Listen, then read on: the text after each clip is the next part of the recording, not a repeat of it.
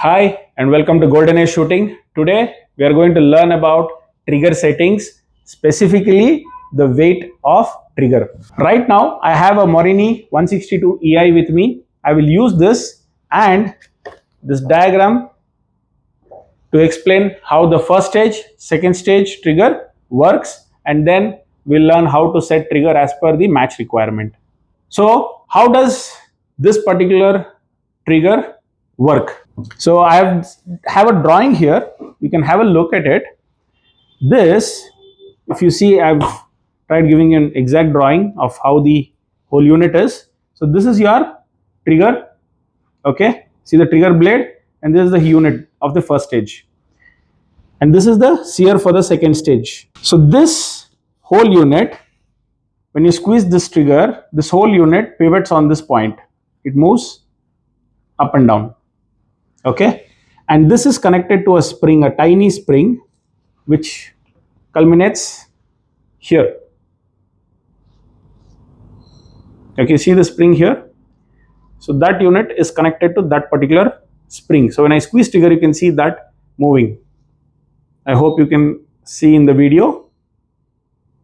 Okay, the second stage is not moving as of now. Okay, the free movement of this unit before touching the second stage, the free movement of this can be controlled by tension of this spring. By tightening it, you increase the tension on the spring, which increases the weight. So what is the weight, maximum amount of weight you can put into this spring is 700 grams.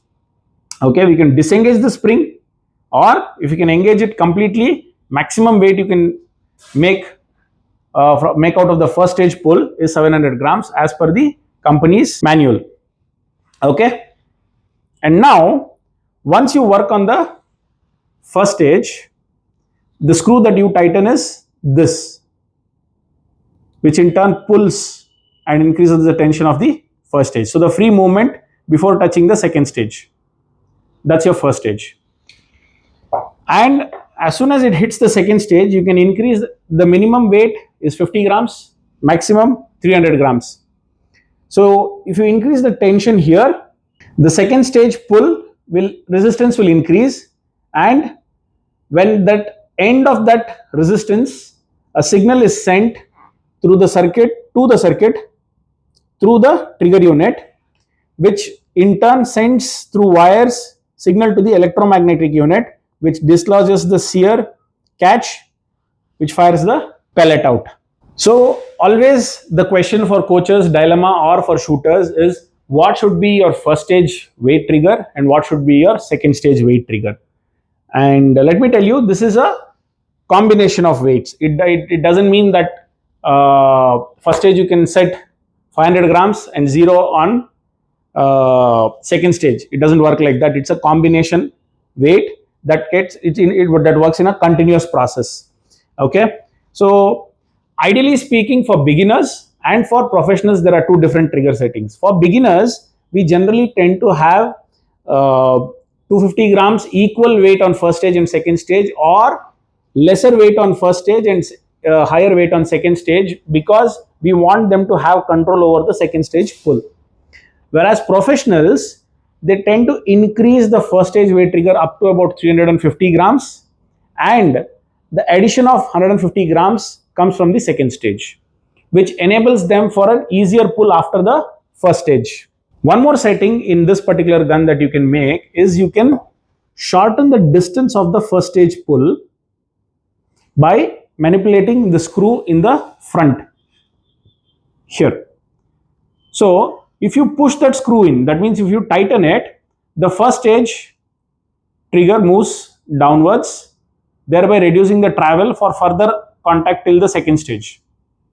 If you loosen it, then this comes forward, the travel of the first stage increases. In an electronic gun, there is no let-off point. You have to remember that, because the moment the tension at the second stage touches the required tension, the signal is sent and the gun fires. Whereas in a manual trigger, there is two sears which has to overlap, and that overlap has to end.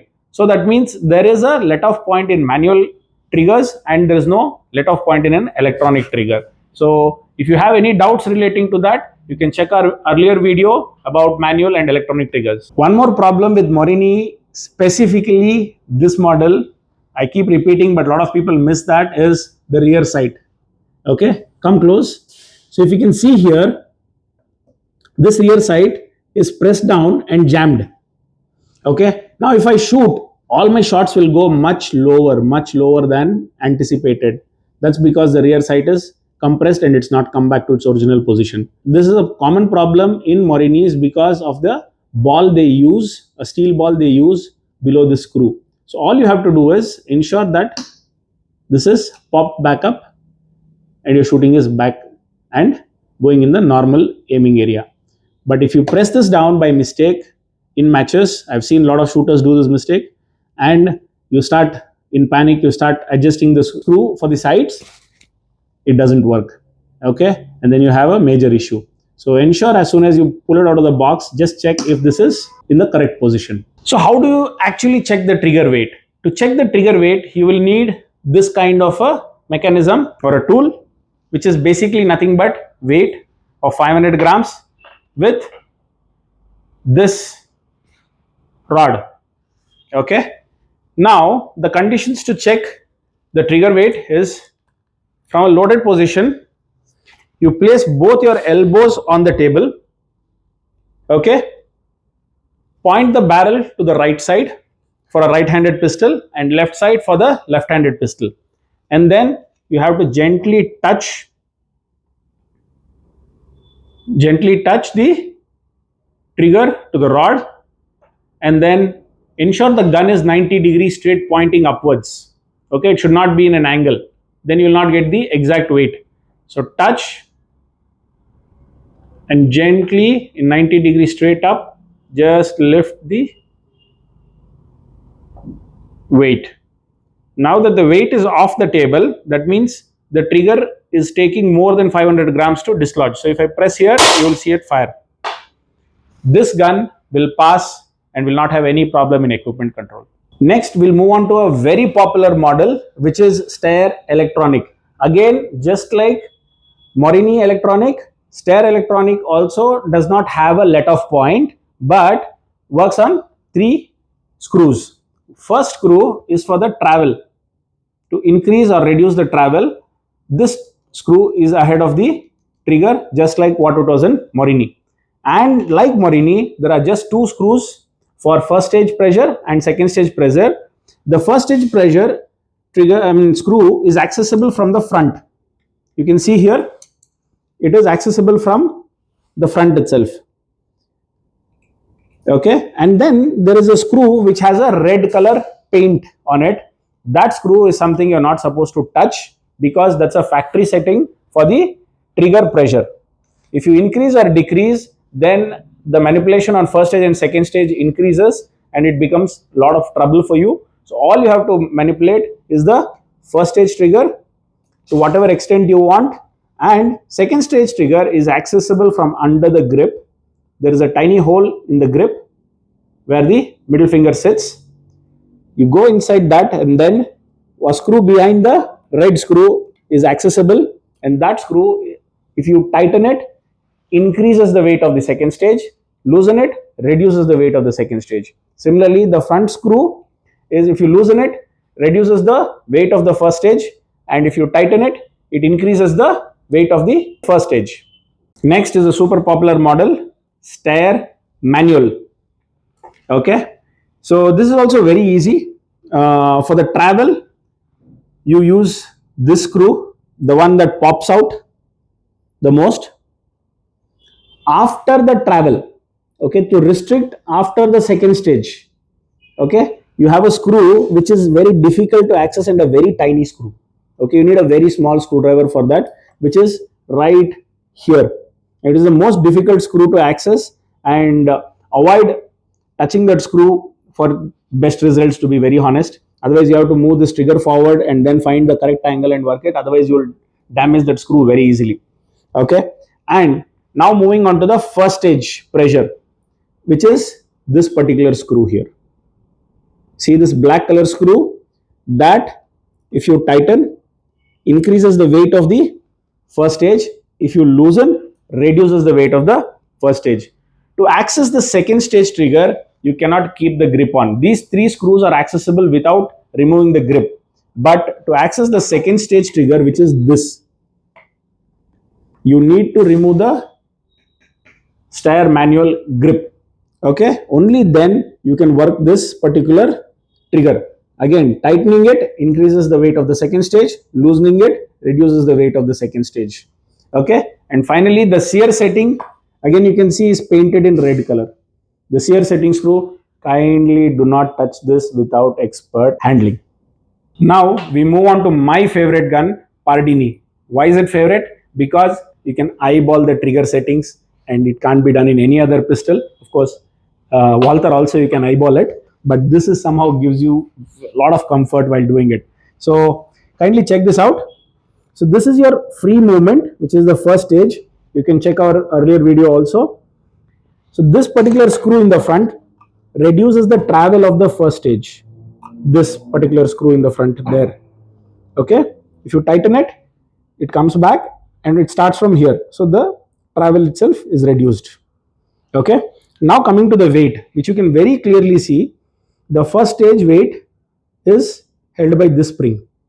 So basically, if you increase the tension on this spring from here, this particular screw, the tension increases on this, so the pull force increases, so the first stage weight increases. Now, once that happens, you see this trigger plate hitting the sear there. Now that weight is controlled by this spring, which is controlled through this screw on the right hand side. So if you tighten that particular screw, the tension on the sear increases, which in turn increases the second stage pressure. In this particular gun, if you want to see the let-off point, to adjust the let-off point, here, this edge, that's the let-off point. Okay, to set that let-off point, you have a screw from behind, from here. So first stage, second stage, let-off point, travel. Now moving on to easiest of all, LP500. Okay, so have a look. If I load the gun and if I have to squeeze the trigger, you can see this whole unit has no connection with this trigger unit as of now. Okay, so this pull force, the pressure here, okay, is acting on this particular spring. Okay, this screw. If you tighten this screw, the pressure required to push or pull this trigger increases, thereby increasing the first stage weight. Only after that, the trigger rod touches the sear, which in turn is controlled by this spring here, which is connected to this screw. So when you tighten this, the second stage weight increases, or loosen this, the second stage weight reduces. So first stage weight is controlled by this screw here, and second stage weight is controlled by this screw here. And just like Pardini, the let-off point, okay, the let-off point is controlled from this screw here and the pressure here, pressure spring. So you can see that this is second stage. See that? So if you want to reduce the travel after the second pull, you can tighten this screw. If you want to reduce the trigger movement before the first stage, then travel. The first stage travel, if you want to reduce, then you have to tighten this screw. So this is the trigger settings on the LP500. Now moving on to the Meister model, which is the electronic model of the Walther LP500. Again, just like your first stage trigger in the manual, it is this particular screw. And to reduce the travel of first stage is the screw in the front, the first screw. The second screw, which has a spring attached on top, is for the first stage pull. The second stage is, you look at, there are two screws here. The top one, the top screw is what adjusts the weight of the second stage. So if you tighten it, it increases the weight. If you loosen it, it reduces the weight of the second stage. And the trigger creep, as we call, how much drag you want, can be set using the bottom screw. I recommend not to touch it unless you have a good coach who understands the requirement with you, and not to experiment too much if you don't know with the trigger creep screw. So you can always adjust the first stage and second stage and your job is done. Because this is an electronic model, and if the trigger creep increases, then the trigger becomes very inconsistent, and sometimes it may fire, sometimes it may not fire. If it becomes too light, then there may be a misfire. So kindly remember, in any gun, to be very honest, in any gun, if the trigger weight is not ideal, there is a chance of misfire. In electronic model, in Steyr, there is a high possibility if the wire that goes from the board to the electronic trigger unit, if that wire is damaged, chances of misfire. If any screw is loose in that space, then again there is a chance of misfire. So kindly take care of your guns and don't play around with trigger weight too much. And one word of advice is, don't wait till competitions happen to check your trigger weight, because you enter competition and you check the trigger weight just before the match starts, it fails and you go into panic mode, and the finger that feels the trigger weight changes and you will have trouble during the matches. So always check at least a month before, and then again a week before the competition. To spread the joy of shooting, always ensure you're following the safety rules. Always point the gun in the safe direction. Second, treat the gun as always loaded. 3, use safety flag wherever it's necessary and even if it's not necessary. Happy shooting.